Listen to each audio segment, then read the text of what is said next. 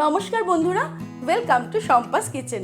শম্পার রান্নাঘরে আপনাদের সকলকে স্বাগত জানাই।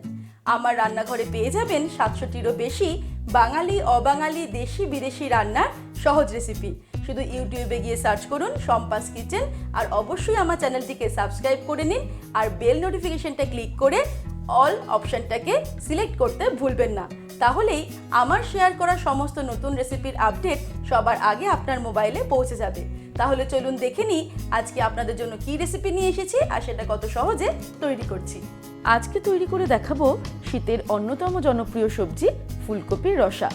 দারুণ টেস্টি এই ফুলকপির রেসিপি ভাত, রুটি, লুচি, পরোটা সব কিছুর সাথে দুর্দান্ত লাগে। এমনকি ফ্রাইড রাইস বা পোলাওয়ের সাথে সার্ভ করলেও খুবই ভালো লাগে। তাহলে চলুন চটপট দেখে নিই কিভাবে এই রান্নাটা আমরা খুব সহজে তৈরি করব।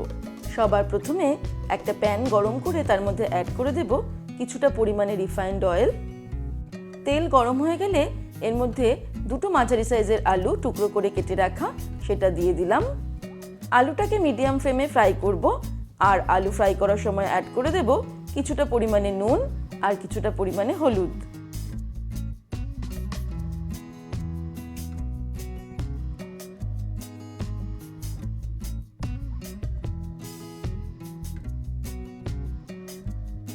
মিডিয়াম ফ্লেমে আমি ভালো করে আলুগুলোকে ফ্রাই করে নিয়েছি। এবার এগুলোকে তুলে নেব। একই তেলে ফ্রাই করে নেব ফুলকপি। একটা বড় সাইজের ফুলকপির ফুলগুলো আমি কেটে নিয়েছি। মিডিয়াম ফ্লেমে আমাদের ফুলকপিগুলোকে ভালো করে ভেজে নিতে হবে। ফুলকপি ভাজার সময় অ্যাড করে দেব সামান্য পরিমাণে হলুদ। এবারে মিডিয়াম ফ্লেমে ফুলকপিগুলো কিছু সময়ের জন্য ফ্রাই করতে হবে।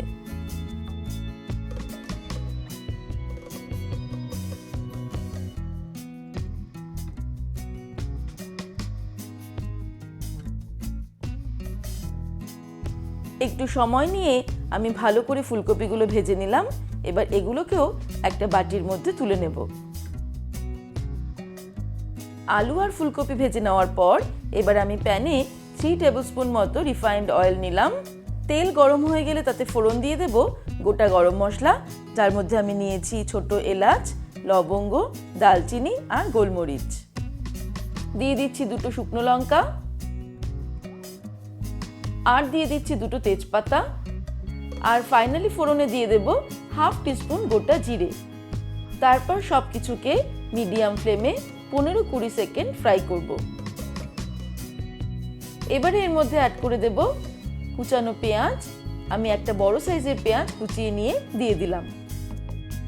দিয়ে দিচ্ছি 1 টিস্পুন পরিমাণে নুন।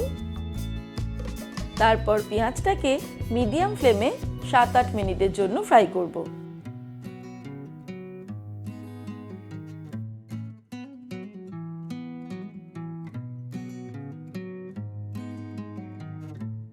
মিডিয়াম ফ্লেমে পেঁয়াজটাকে ফ্রাই করে নিলাম। এবার এর মধ্যে অ্যাড করে দেব হাফ টেবিলস্পুন পরিমাণে আদা বাটা। আদা বাটা অ্যাড করার পরে আরও 2 থেকে 3 মিনিট মিডিয়াম ফ্লেমে ফ্রাই করব।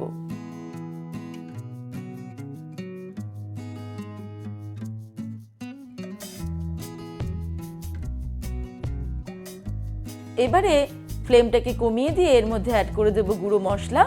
দিয়ে দিচ্ছি 1 টিস্পুন পরিমাণে জিরের গুঁড়ো, কাশ্মীরি রেড চিলি পাউডার দিয়ে দিচ্ছি 1 টিস্পুন, হাফ টিস্পুন হলুদ দিয়ে দিলাম, আর রেড চিলি পাউডার দিয়ে দিচ্ছি হাফ টিস্পুন। তবে ঝালটা আপনারা নিজেদের স্বাদ অনুসারে অ্যাড করবেন। দিয়ে দিচ্ছি 1 টিস্পুন পরিমাণে চিনি, আপনারা স্বাদ অনুসারে দেবেন। এবারে মশলার মধ্যে জল অ্যাড করব, আর মশলাটাকে মিডিয়াম ফ্লেমে ভালো করে কষিয়ে নেব।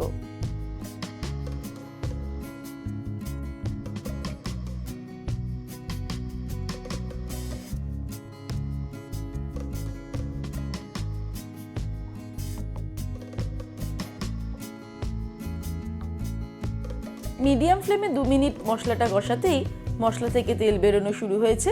এবারে এর মধ্যে অ্যাড করে দিচ্ছি কুচানো টমেটো। আমি এখানে একটা বড় সাইজের টমেটো কুচি দিয়ে দিলাম। টমেটো অ্যাড করার পরে আমি একদম ফ্লেমটাকে কমিয়ে দেব। তারপর এটাকে ঢেকে দেব 3 মিনিটের জন্য। 3 মিনিট পর ফিরে আসছি। 3 মিনিট হয়ে গেছে, টমেটোটাও ভালো মতো সিদ্ধ হয়ে গেছে, মশলাটাও কষানো প্রায় শেষের দিকে। এমন সময় এর মধ্যে অ্যাড করে দেব কিছুটা পরিমাণে কড়াইশুঁটি।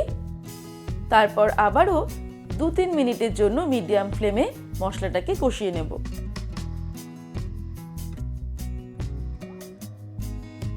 মশলাটা ভালো করে কষানো হয়ে গেছে, মশলা থেকে তেল বেরোনো শুরু হয়ে গেছে। এর মধ্যে আমি অ্যাড করে দিচ্ছি ভেজে রাখা আলু আর ফুলকপির টুকরোগুলো। এবারে মশলার সঙ্গে ভালো করে আলু আর ফুলকপি মিশিয়ে নেব আর কষিয়ে নেব মিডিয়াম ফ্লেমে 2-3 মিনিট।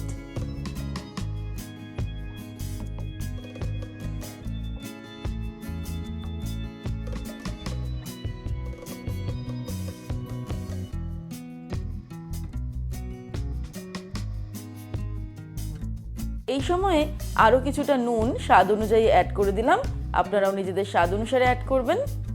এবারে ভালো মতো কষানো কমপ্লিট হয়ে গেলে এর মধ্যে অ্যাড করে দেব জল।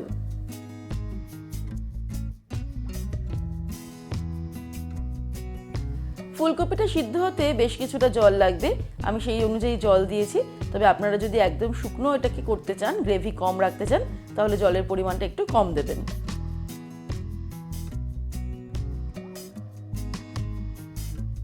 ঝোলটা যেই ফুটতে শুরু করবে আমি ফ্লেমটাকে মিডিয়াম টু লোতে রেখে এটাকে ঢেকে দেব 10-15 মিনিটের জন্য, যতক্ষণ না ফুলকপিটা সিদ্ধ হচ্ছে। তারপর ফিরে আসছি।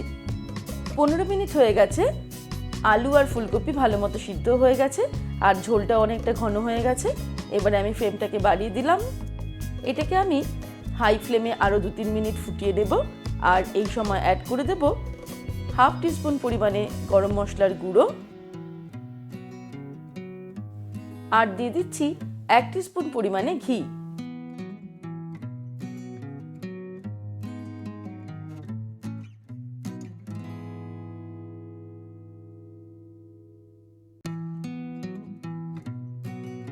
সবকিছুকে ভালো করে মিশিয়ে নিলাম।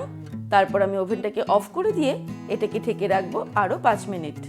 তারপর 5 মিনিট হয়ে গেলে গরম গরম ফুলকপির রসা আমি গরম গরম ভাত অথবা লুচি, রুটি, পরোটার সঙ্গে সার্ভ করব। তৈরি হয়ে গেল দারুণ টেস্টি ফুলকপির রসা। ফুলকপির এই সিজনে অবশ্যই বাড়িতে এই রেসিপিটা একবার ট্রাই করে দেখতে পারেন, আশা করি আপনাদের খুবই ভালো লাগবে। আর এই রেসিপি ছাড়াও ফুলকপির আরও দারুণ দারুণ রেসিপি অলরেডি সম্পাস কিচেনে শেয়ার করা রয়েছে। আপনারা ইউটিউবে গিয়ে সার্চ করুন ফুলকপি রেসিপি বাই সম্পাস কিচেন, তাহলে আমার শেয়ার করা দারুণ দারুণ ফুলকপির রেসিপিগুলো আপনারা একই জায়গায় পেয়ে যাবেন। তাহলে দর্শক বন্ধুরা, আজকের এই রেসিপি আপনাদের কেমন লাগলো আমাকে ভিডিওর নিচে কমেন্ট সেকশনে কমেন্ট করে জানাবেন। ভালো লাগলে লাইক করার অনুরোধ রইল আর বন্ধুদের সঙ্গে কিন্তু অবশ্যই শেয়ার করুন। ভালো থাকবেন, সুস্থ থাকবেন। আমি আবার হাজির হব নতুন নতুন রেসিপির সঙ্গে। নমস্কার।